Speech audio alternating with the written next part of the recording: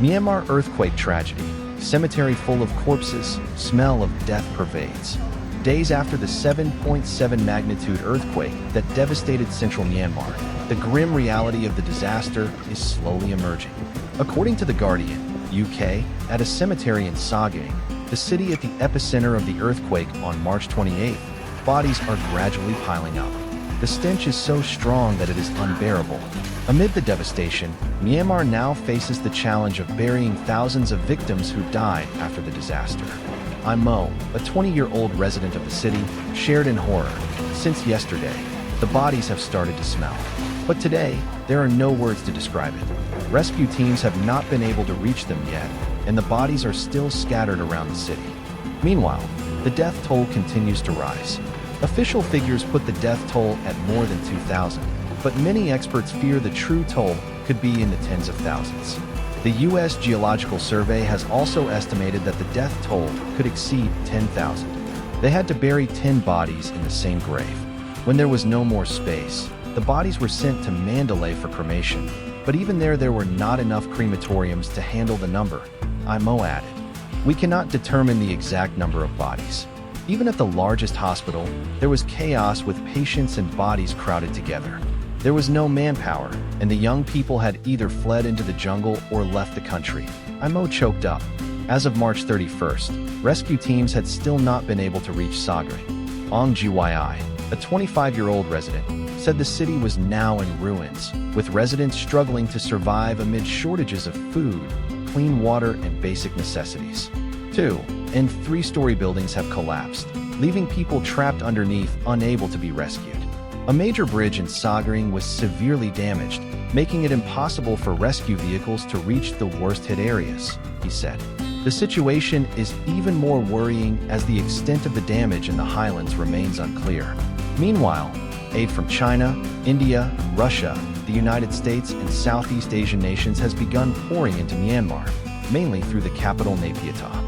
However, the relief effort has been hampered not only by the devastating aftermath of the earthquake, but also by the logistical challenges of getting relief supplies into Myanmar. The World Health Organization, WHO, has warned that Myanmar's health system is severely overloaded.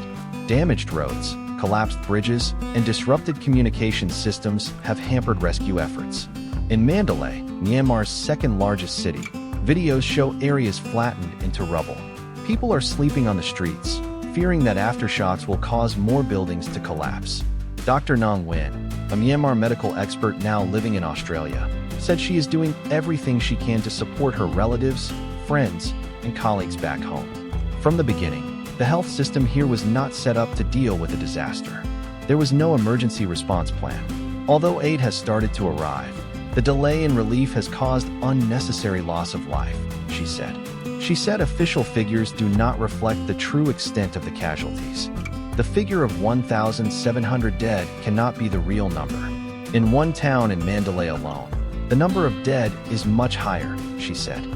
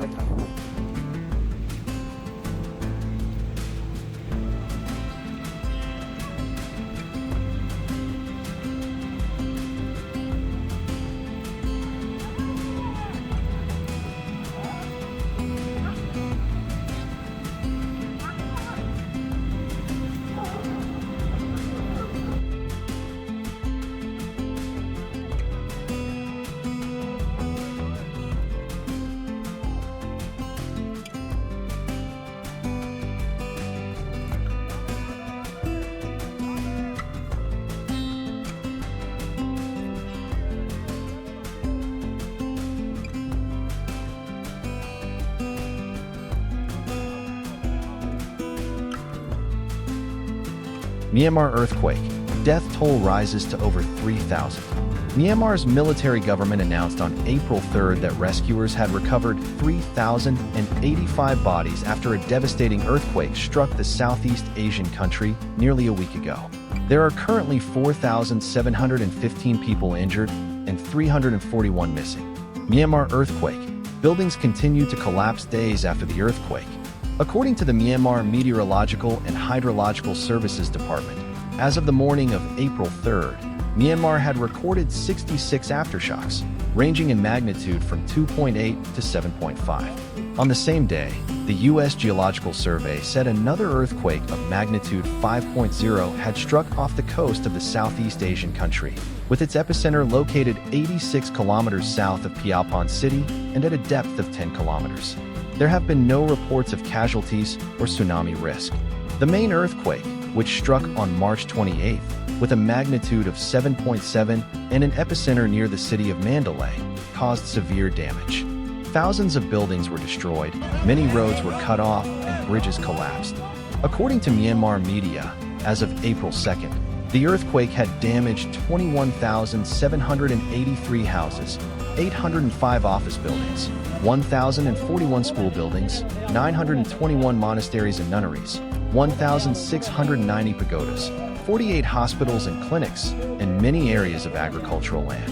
In response to the huge damage, the Myanmar government has decided to allocate 500 billion shots, about $238.09 million to restore and support people in the affected areas. The United Nations has warned that the earthquake could make the humanitarian situation in Myanmar more serious. Many countries and international organizations have shown solidarity and joined hands to help Myanmar. Fearing that fighting could hamper aid deliveries, the Myanmar military declared a ceasefire from April 3rd to April 22nd, but left open the possibility of action against resistance forces if they took advantage of the ceasefire to regroup.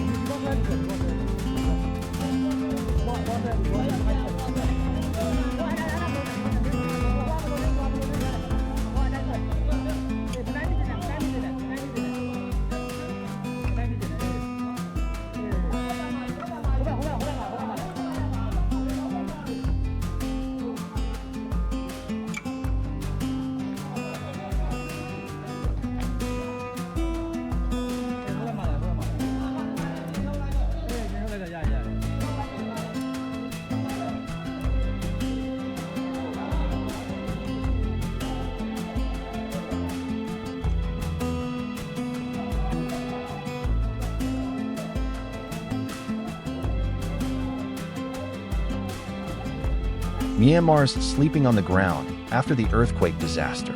Amid the rubble after the earthquake, unburied bodies, people struggling with hunger and disease, Myanmar is sinking into an unprecedented grief.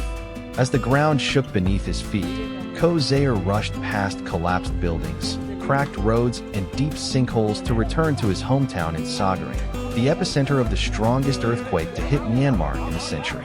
The trip from Mandalay normally takes only 45 minutes to drive across the Irrawaddy River, but after the earthquake on March 28th, it took Ko Zaire 24 hours to cross broken bridges and collapsed buildings. He was lucky to find his family safe, but many of his friends died, and much of the town is now just rubble. Local rescue teams are scrambling to find survivors and provide assistance amid a severe shortage of resources. Across the country, many people are still trapped under the rubble, unaccounted for in the more than 3,300 confirmed dead more than a week after the disaster. The smell of death pervades the whole town, said Ko Zaire, a social worker.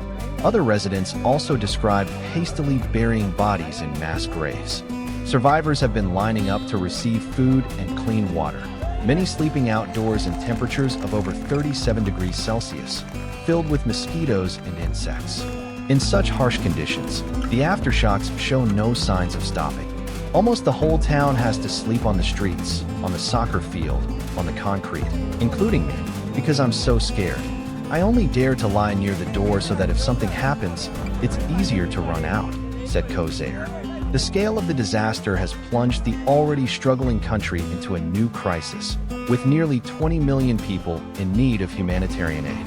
Health and rescue systems have been severely weakened by years of underinvestment, making the response to the quake difficult.